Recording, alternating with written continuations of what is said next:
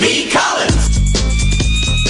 Peter B. Collins, news and comment. It's Monday, October 15th, 2018. Facebook's brazen censorship announced on Thursday, purging some 800 pages and accounts without any notice on an arbitrary, fuzzy standard. It's drawn silence from corporate media, from political leaders, and I believe that signals their approval of these actions. Yes, we're purging fake news, only the accounts involved are generally based in the United States, generally independent media outlets, and many of them lean, like I do, to the left.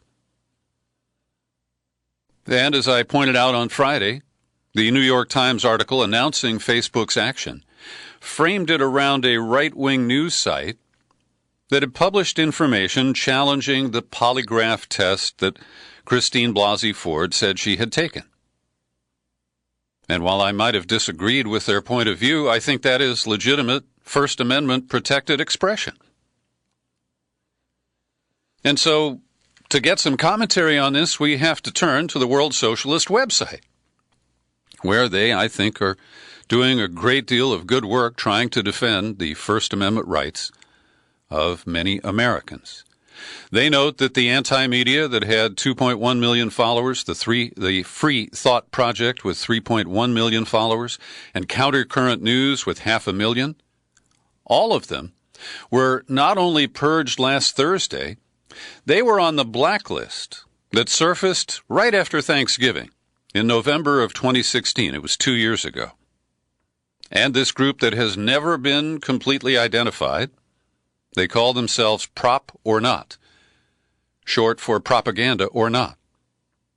They compiled a list of organizations based on, again, arbitrary standards that they claimed were part of a sophisticated Russian propaganda campaign. And they urged that those sites be removed so that Americans would not be tempted with their Russian propaganda. Now, Bob Perry, along with Glenn Greenwald and Matt Taibbi at the time, raised holy hell about this, and you probably heard me ranting and raving about it too. As it turned out, I was not on that list, but I could have been. And those who were, not all of them have been purged by Facebook. But the fact that those that were targeted last week all appeared on that blacklist is quite chilling to this American. And the Washington Post, while it did kind of partially retract its publication, that information is still out there. And Prop or Not, again, we don't know who they are, is gloating about these developments. They took to Twitter and said Russian propaganda is very, very mad about their various front outlets and fellow travelers getting suspended at Facebook and or at Twitter. In a separate post, Prop or Not said, well, look at that. Facebook removed some of the most important gray-black Russian propaganda outlets from their platform. Bravo, Facebook. Better late than never. So a big thank you for this. And then it added, ominously, all of these organizations are cross-platform and have websites, but one thing at a time. That's not even a thinly veiled threat that there will be other actions, separate from Facebook or Twitter, to try to silence the views that don't conform to the corporate mainstream consensus in this country. And here is my personal standard. Have you ever seen the Palmer Report? I have criticized it many times here on the podcast and on Facebook when I see friends who are duped into sharing it. Bill Palmer is a dedicated political activist for the Democratic establishment. And his daily ravings, sometimes he posts 3 or 4 times a day, take one little maybe fact and spin it into clickbait for desperate Democrats. He promotes the Russiagate narrative. He promotes all kinds of loyalty to Hillary Clinton. I believe Bill Palmer came out of David Brock's Correct the Record, Dark Money Super PAC. Media management operation? And I'll tell you this, when the Palmer report is purged from Facebook, I'll know that they have clear standards that are applied to all players regardless of their political perspective and where they fit into the mainstream consensus. And as long as the Palmer report is still on Facebook, and I checked yesterday, it is. He made 7 or 8 posts in the preceding 24 hours. Well, as long as that's there, I'll know that Facebook standards are based on who is pressuring them. And right now they're trying to prove that they don't block conservatives or treat them unfairly. And one way to do that is to purge lefty websites. Coming back to the comments of Andre Damon at the World Socialist website, quote, last year, the World Socialist website reported that it and other sites, including Global Research, Counterpunch, Consortium News, WikiLeaks, and Truth Out, saw their search traffic plunge after search giant Google implemented a change to its search ranking algorithm. Counterpunch traffic off 39%. Search traffic to Consortium News down by 51%. And now let's turn to the scrappy outlet Mint Press News. I've met the publisher, Manar Mohawish. I consider her a very credible reporter and editor. And their coverage noted some of the issues that you already are aware of about the number of accounts that were purged. And let me read to you the notification that, for example, Press for Truth. Now, my friend Kyle Hentz, who's been a longtime activist pushing for the truth about 9/11, he helped produce a documentary called Press for Truth, and I believe that was his page, or related to that group. The notification reads, your page has been unpublished for misleading behavior, such as being administered by a fake account, misleading users, or violating the Facebook spam policies. Note how vague that is. They're not accusing Press for Truth of any specific violation. It's just boilerplate. The notice continues, this goes against the Facebook page's terms and Facebook community standards, which help keep our community safe and respectful. If you think we made a mistake, you can appeal and we'll take another look. Now, there was no warning to Press for Truth about where they may have crossed a line.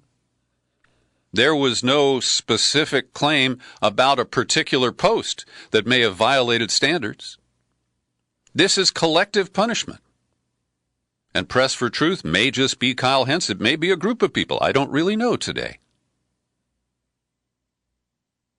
But this is a really dangerous set of moves. And the silence of our elected officials, the so-called progressives, is stunning to me at this point.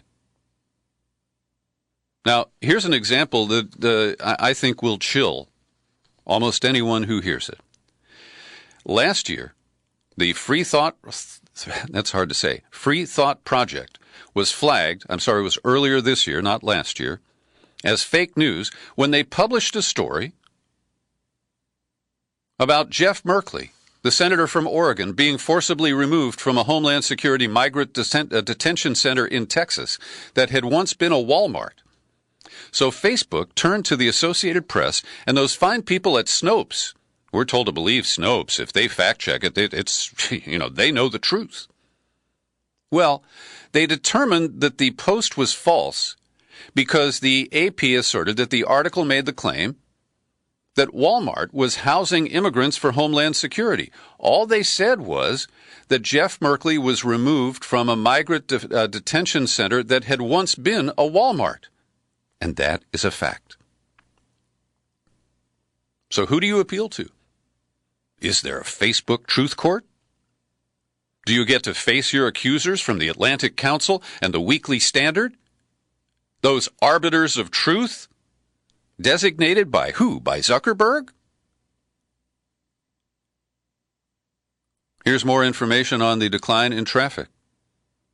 Anti-media, its traffic dropped from about 150,000 page views per day in early June to 12,000 by the end of that month. And we have some numbers here. Let me find it about Mint Press, because they have seen a stunning decline in referral traffic. So let's see here.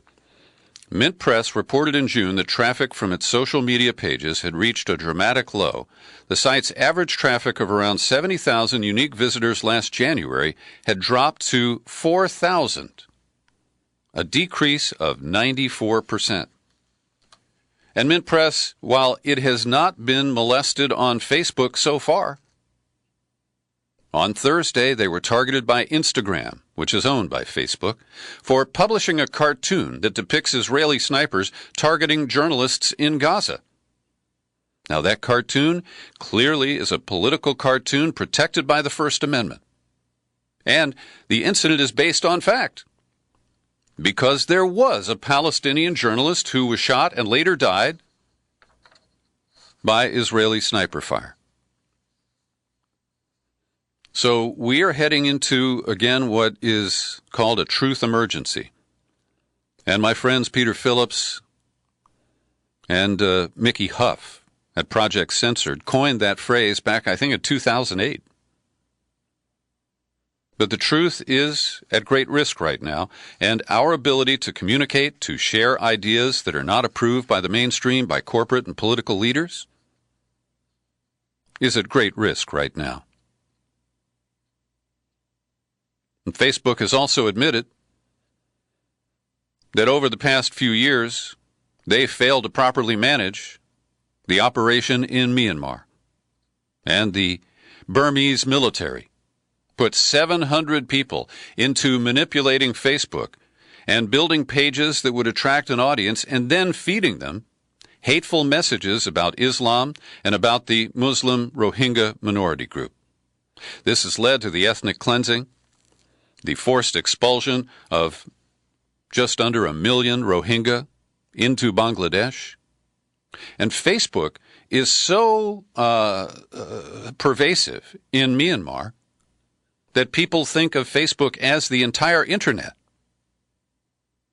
And Facebook has acknowledged, we were a little slow to notice that and to respond, and we really regret that some of our Facebook friends may have been raped or had their villages burned, or been expelled from their native country because of hateful messages on our friend network platform.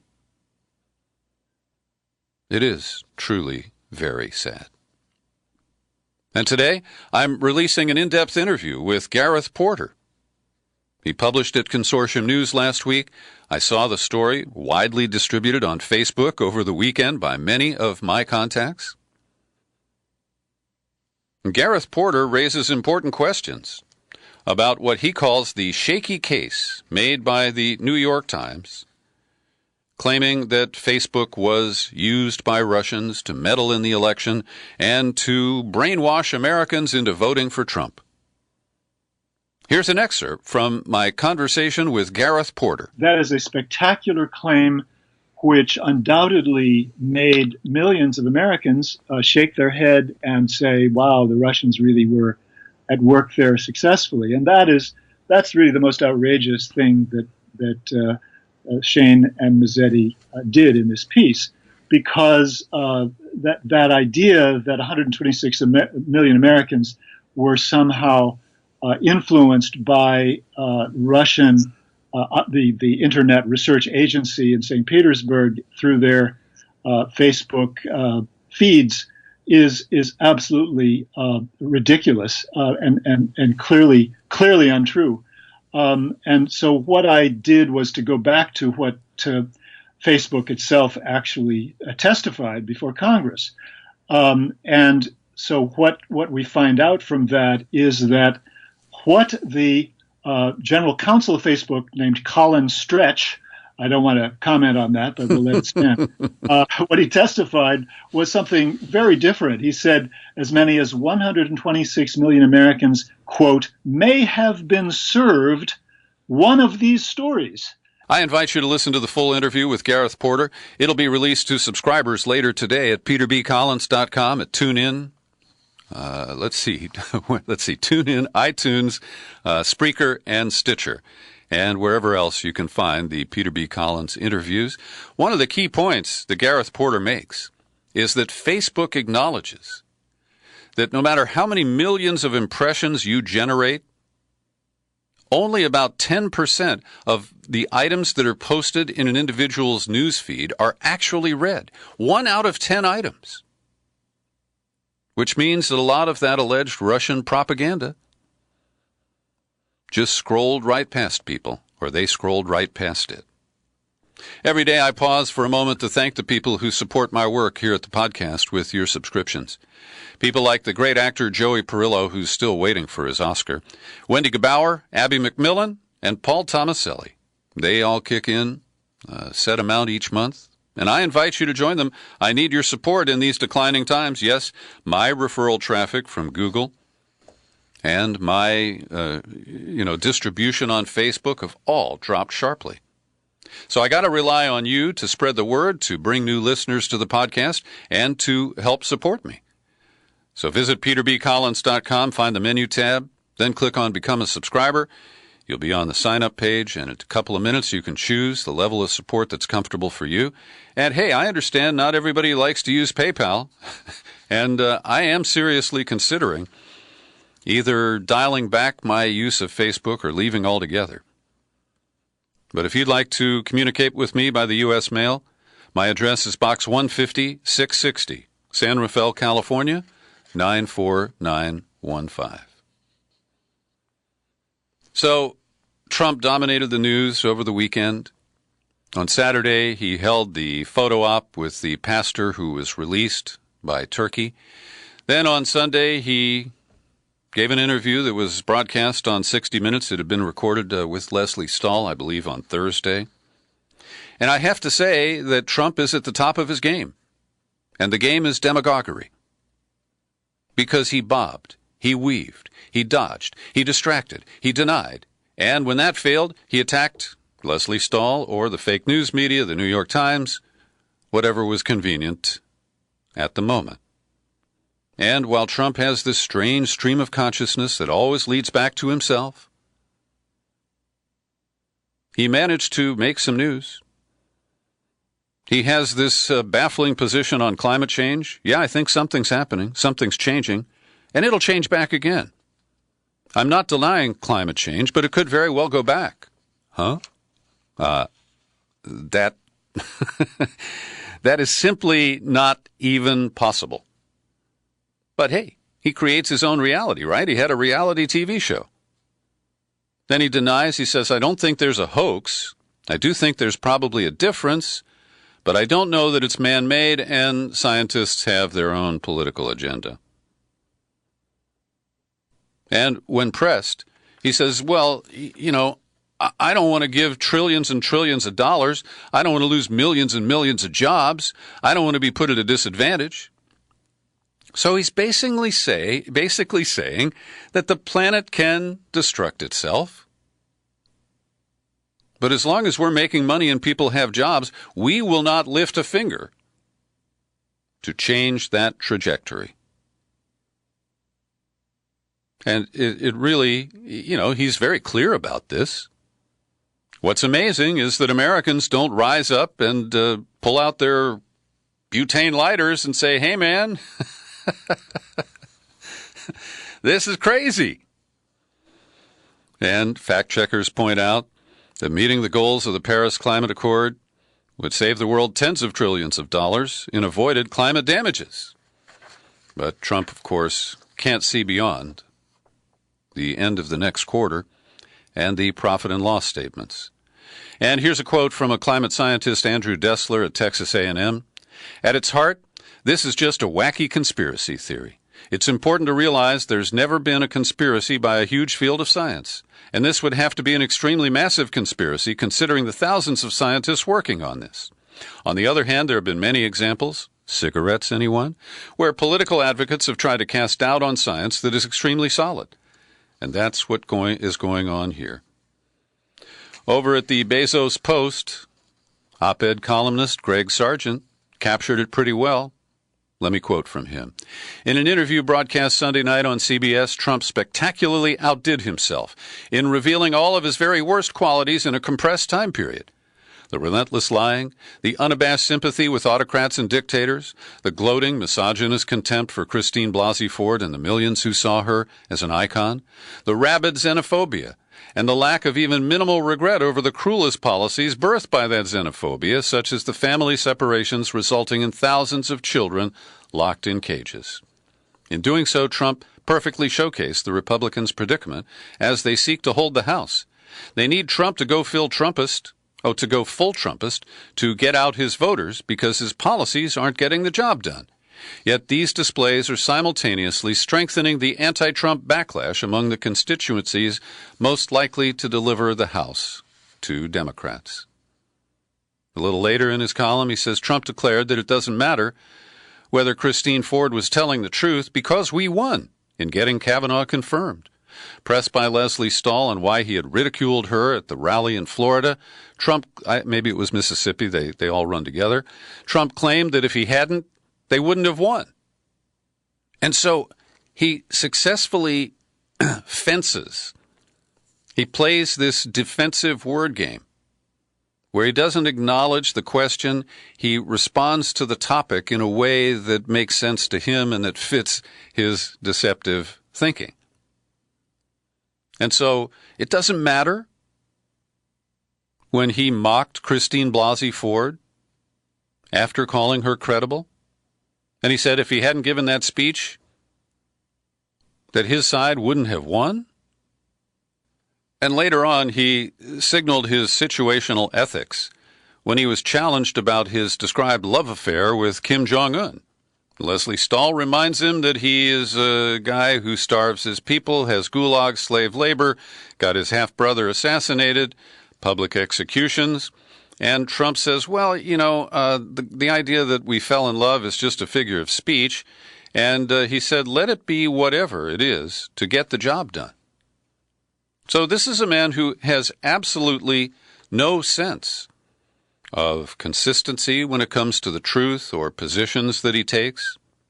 And so while some of his comments were interesting and different and appeared to show that he has a sense of what's going on, a lot of it was just contradicted by the games that he plays with words.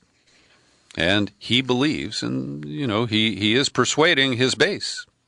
Those Twitter mobs that love him, they believe all the stuff that he says.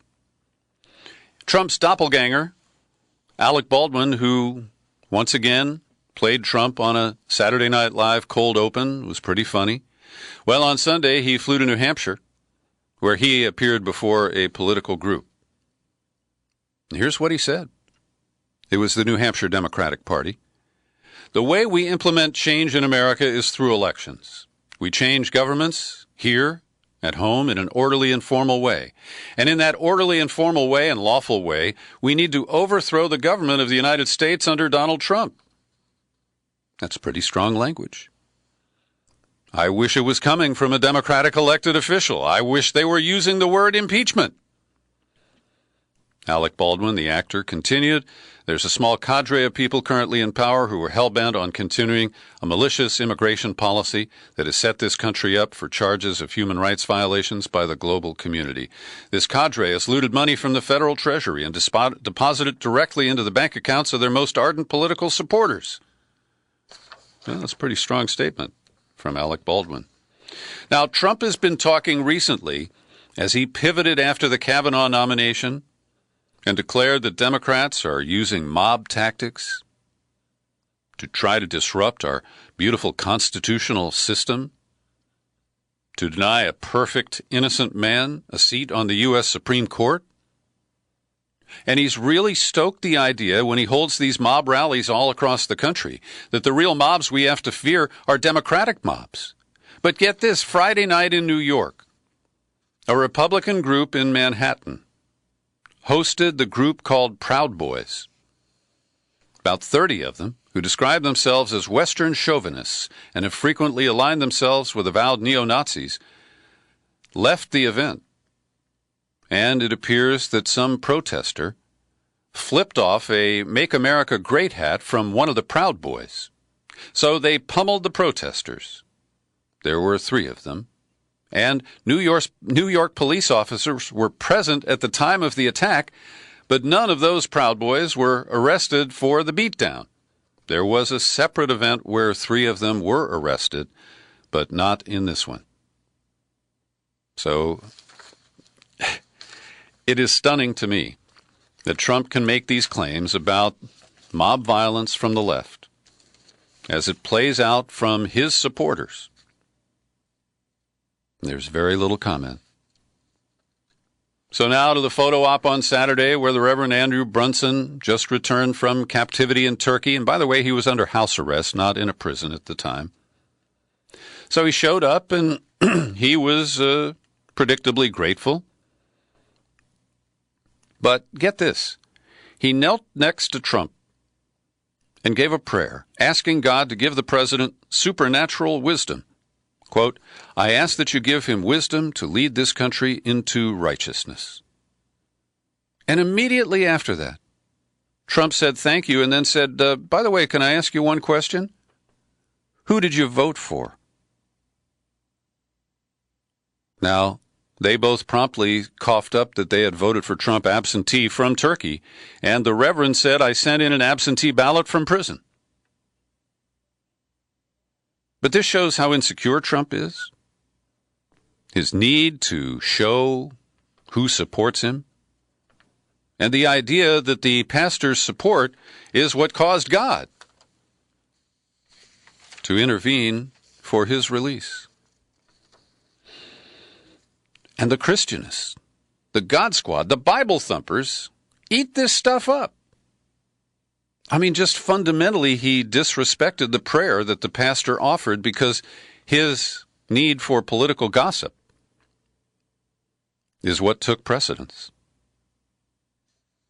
And now we take a look at the situation involving the Saudi citizen who had been residing in the United States and writing columns for the Washington Post, Jamal Khashoggi. And it appears that the theories that he turned on his Apple Watch and it recorded audio, if not video, of his interrogation and what is believed to be a brutal murder and dismembering. It appears that that is the source of the evidence that the Turks have been citing. Despite that, the Saudis keep extending their denials. No. Trump called which king is it? The king of Saudi Arabia, Salman, today. He spoke to him for 20 minutes. The ruler denied any knowledge of what happened to the journalist. And after the call, Trump served up a new conspiracy theory that rogue killers may have been behind the disappearance. So Trump has sent his Secretary of State, Mike Pompeo, dispatched him immediately to Riyadh. And you know what happens? Americans go there and hold hands with the Saudi royal family. Will this get to the bottom of it? We already know that Trump will not use sanctions on military arms sales to Saudi Arabia as a way of punishing the royal regime if this is proven. We also are told that American intelligence agencies had intercepted communications of Saudi officials discussing a plan to draw Khashoggi back to Saudi Arabia in order to detain him. So they knew something was up, but they didn't want to intervene with their friends in the royal family. We've pointed out the deep investments that the Saudi public fund has in American companies, particularly in tech companies here in California. Also on Friday, in discussing this story, I speculated, since they had released Pastor Brunson, that Trump may have traded the freedom of Fethullah Gulen, the Turkish cleric who's holed up at a compound in the Poconos in Pennsylvania. And our listener Fred, who says he lives about 20 minutes away from Gulen's compound in the Poconos, sent me a note saying, that might be the case. And he linked to an article from the Lehigh Valley newspaper reporting that on October 3rd, there was an incident at the compound of Fethullah Gulen. A man showed up who appeared armed. He was dressed all in black. He had led one of the security team at Gulen's compound to fire a warning shot, and the guy fled immediately, could not be located. Now, nobody knows who that is, and anybody can wear black. But Fred asks, is that a warm-up for snatching Gulen? And Glenn Greenwald has a great piece at The Intercept today. I've linked to it in the show file for this podcast. He points out the deep hypocrisy of the Washington Post's editorial page editor, Fred Hyatt. And because Khashoggi was writing columns for the Washington Post, the newspaper is now advocating for him. And Fred Hyatt posted online, "Why do you work for a murderer?" aimed at people who have ties to the Saudi royals. Here's a post under Fred Hyatt's signature. Will you work for a murderer? That's the question a host of ex-generals, diplomats, and spies may soon face. But Greenwald points out that there are many apologists for the Saudi government, including paid lobbyists like Carter Eskew, who was a top Democratic operative back during the Clinton administration. He continues as a contributing opinion writer, even though his firm gets $150,000 a month to lobby for the Saudi regime. Not only that, we've got the case of Ed Rogers, a longtime Republican operative, currently an opinion writer for the Washington Post. He gets substantial financial rewards for his work as an agent for the Saudi government. Greenwald includes a snapshot of a press release about how the firm that Rogers is a partner in just signed a new $960,000 lobbying deal with the Saudi government. And then there's David Ignatius, who's built his career on cultivating an extremely close relationship to the CIA, and he's been breathlessly updating U.S. readers on the token, meaningless public relations gestures that the Saudi regime refer to as reforms. And he also describes a scene here, as reported by the New York Post, a dinner party in Santa Monica at producer Brian Grazer's home, where Crown Prince Mohammed bin Salman was just hanging out with Snapchat's CEO, with Vice News's Shane Smith, with Amazon's chief Jeff Bezos, and with Rahm Emanuel's brother, the agent-turned-Hollywood mogul, Ari Emanuel. Yep, it's a club, and you and I are not members. And finally today, I'm disappointed to see, but I understand why, Senator Elizabeth Warren has taken the bait of the demagogue, and Pocahontas has gone to great lengths to debunk his claims that she doesn't have Native American blood. So Senator Warren got Carlos Bustamante, a renowned geneticist here at Stanford University, to run her DNA. And he said that, yes, there is strong evidence that she has Native American blood 6 to 10 generations ago, and that the error rate is less than 1 in 1,000. Now, this was released along with a powerful video and a website with fact-checking information showing that she never used her Native American heritage to advance her academic career. Now, the reason I'm sorry she's done this is that it only encourages a bully and a demagogue like Trump to find new lies to tell about Elizabeth Warren or anybody else. And so, this is a strong indication that she is running for president in 2020. And part of this is that on July 5th at a rally in Montana, Trump went on a rant about Pocahontas, and he said that he envisions a debate where he challenges her to prove her Native American heritage right there on the debate stage. And we will say, he said, I will give you $1 million to your favorite charity, paid for by Trump, if you take the test and it shows you're in India.